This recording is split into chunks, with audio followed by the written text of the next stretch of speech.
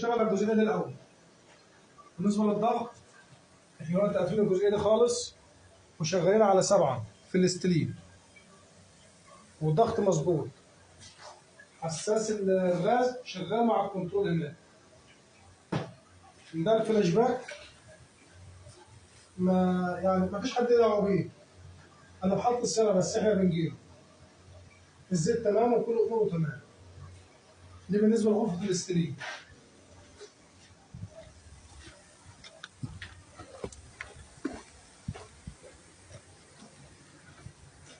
غرفه الاكسجين زي هناك بالظبط، هتشبك على اسطوانتين، وهتخلي كل الاسطوانات مركونه هنا على جنب. هتشبك على اسطوانتين وتحط لهم السلاسل الحمايه وتشغل. الجنب ده يبقى مقفول احتياطي سبير، والجنب ده اللي شغال معاه. هتبقى شغاله على 50.